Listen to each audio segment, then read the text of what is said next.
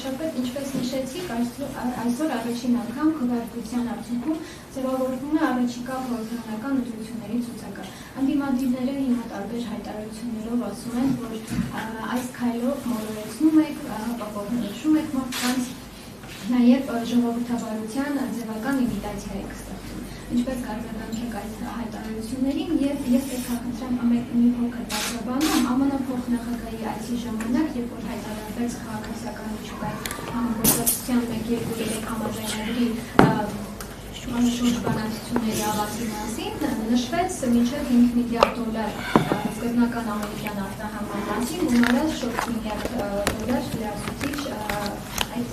աջակցությունը վարելիքի եւ սպասարկման պայմանագրերի միջոցով։ Չնայած Միացյալ Նահանգների նախագահ բարձրաբանումն այս մասով թվեց, սակայն ընդդիմադիրները շարունակում են քննադատությունները, հայտարարում են, որ սա $9 միլիարդ վարկ է Հայաստանի համար, $12,000 վարկ ամեն ընտանիքի մասով։ Խնդրում եմ այս հարցի շուրջ ձեր բարձրաբանումը։ Քվեարկության արդյունքներով քաղաքացիական պայմանագիր կուսակցության հենց առաջին կանոնադրության մեջ սահմանվել է, որ հերթական խորհրդարանական ընտրություններում կուսակցության համամասնական ցուցակը ձևավորվում է համաժողովի կողմից։ Եվ մենք նման քվեարկություն, մենք առաջին անգամ որպես քաղաքական ուժ խորհրդարանական ընտրություններին մասնակցել ենք 2017 թվականին։ Եվ 2017 թվականին հերթական ընտրություն է եղել եւ մեր համամասնական ցուցակը ձևավորվել է նույն կերպ փակ գաղտնի վարկանիշային քվեարկությամբ։ Քվեարկությունը եղել է Սայաթ Նովա 6 հասցեում գտնվող մեր գրասենյակում, այն ժամանակ իհարկե լրատվամիջոցների առանձնապես մեծ ուշադրությունը դա բնականաբար չի գրավել։ Դրանից հետո տեղի ունեցել 2018 թվականի խորհրդարանական ընտրությունները, որը եղել է արտահերթ։ Մեր կանոնադրությամբ արտահերթ խորհրդարանական ընտրությունների ժամանակ համամասնական ցուցակը ձևավորում է վարչությունը։ Ինչու՞։ Որովհետև արտահերթի ժամանակ պրոցեսները ավելի արագ են տեղի ունենում եւ ժամանակի խնդիր կա։ Հաջորդ ընտրությունը եղել է 2021 թվականին, որը ելի եղել է արտահերթ։ Եվ ելի համամասնական ցուցակը ձևավորել է կանոնադրության համաձայն վարչությունը 2026 թվականին տեղի ունենալու հերթական ընտրություններ եւ ինչպես 2017 թվականին այս դեպքում էլ մենք իրականացնում ենք փակ գաղտնի վարկանիշային քվեարկության արդյունքում։ Ինչ վերաբերում է Միացյալ Նահանգների փոխնախագահի այցին եւ նրա արած հայտարարություններին, տեսեք խոսքը նախ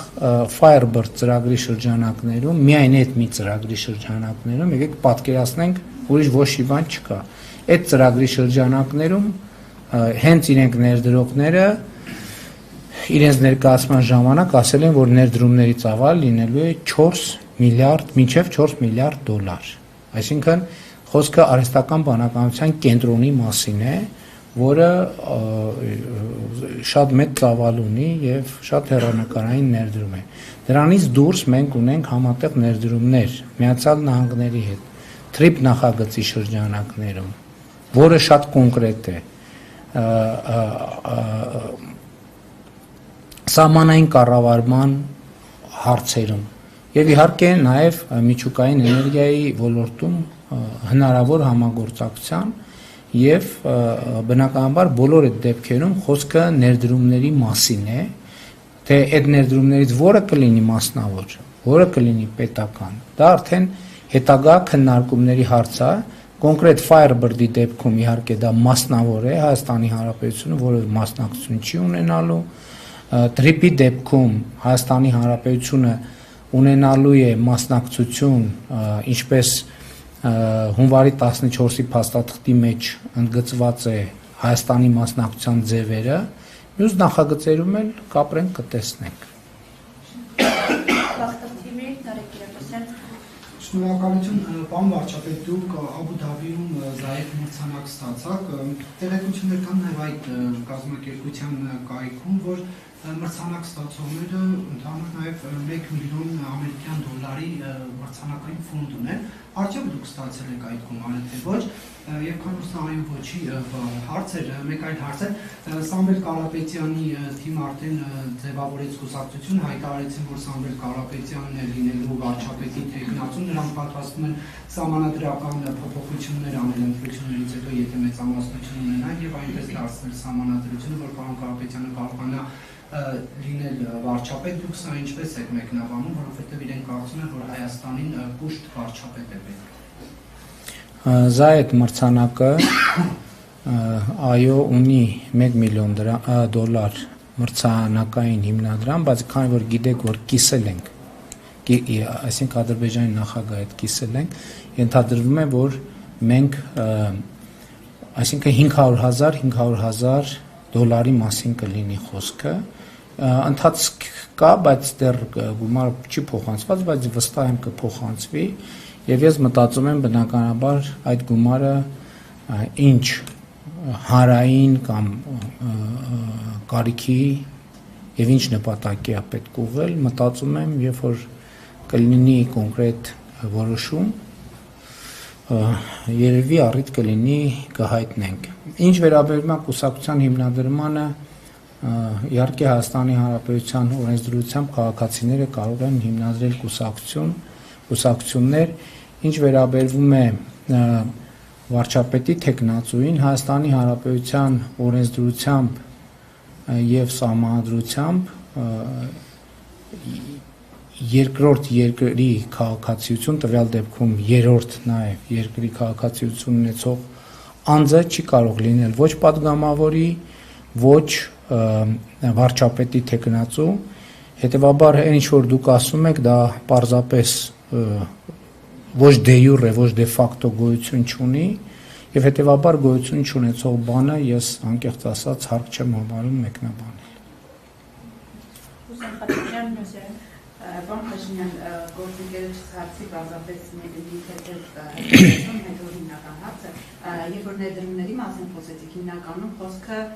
ատոմակայանի հետ կապված ներդրման մասին է, արդյոք մոդուլային ատոմակայանի հետ կապված Հայաստանը ունի որոշակի մոտեցում արդեն ում է վստահելու դա, որովհետև մենք տեսեցինք այս օրերին, որ ռուսական կողմը նաև հայտնում է, որ այլընտրանք չկա իրենց առաջարկածին, քանի որ Միացյալ Նահանգների օրինակ առաջարկածը փորձարկված չի եւ դա բավականին, ինչպես փորձագետներն են նշում, վտանգավոր է Հայաստանի համար։ Այս առումով կա հաստատություն եւ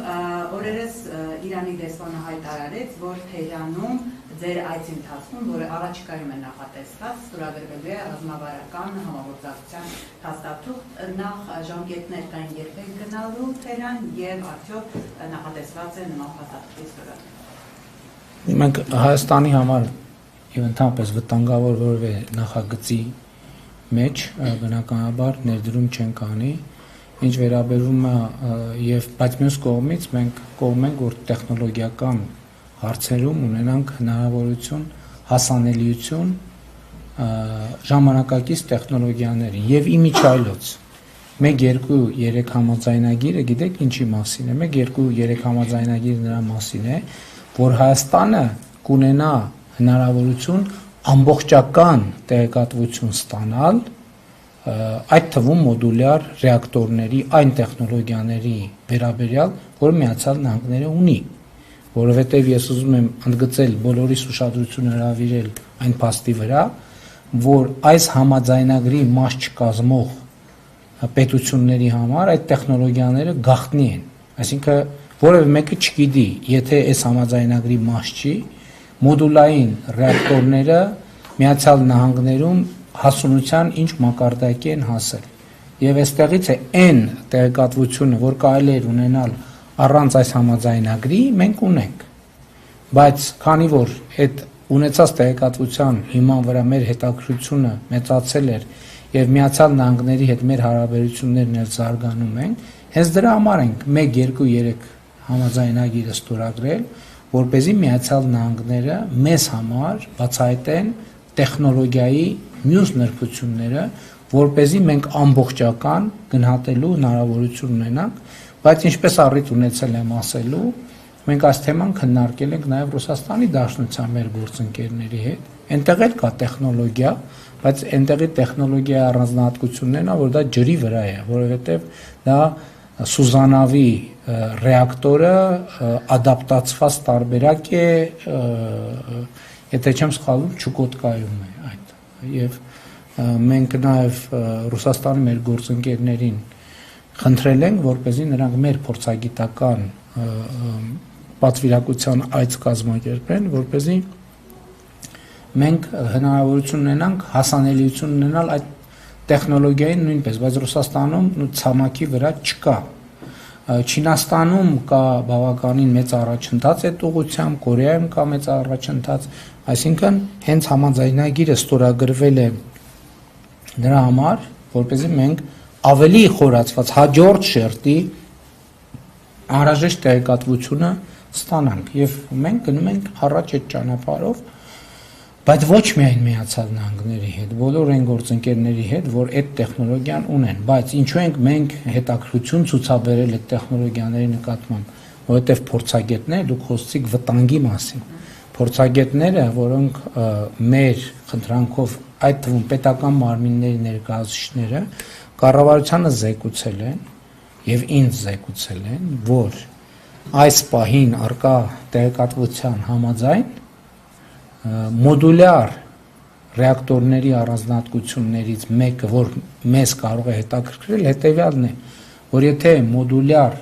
ռեակտորում տեղի է ունեն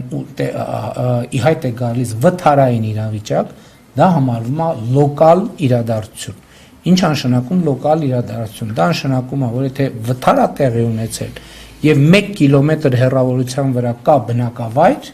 այդ բնակավայրը էվակուացնելու անհրաժեշտություն չկա։ Այսինքն սա տեխնիկական պարամետրերն են։ Հիմա 1-2-3-ի ստորագրումից վավերացումից հետո մենք ավելի մանրամասն հասանելիություն կունենանք այս տեղեկատվությանը, հասանելիություն կունենանք թե որտեղ ինչ է կառուցվում, լիցենզավորված է, լիցենզավորված չէ, որից հետո կայացնենք որոշումներ։ Ինչի մասներ մյուս հարցը կներեք։ Թեհրան այցի վերաբերյալ, այո, մենք քննարկումներ ունենք եւ բանակցում ենք հնարավոր համաձայնագիրը եւ երբ որ համաձայնագրի շուրջ բանակցությունները հաջողությամբ կավարտվեն, բնականաբար դրանից հետո պետք է ստորագրվի։ Կոնկրետ ժամկետներ չկան առաջիկայում։ Գառնանը, աշնանը գուցե չգիտեմ։ Այլ լուրջ լրատվական Էվա Միքայելյան։ Բան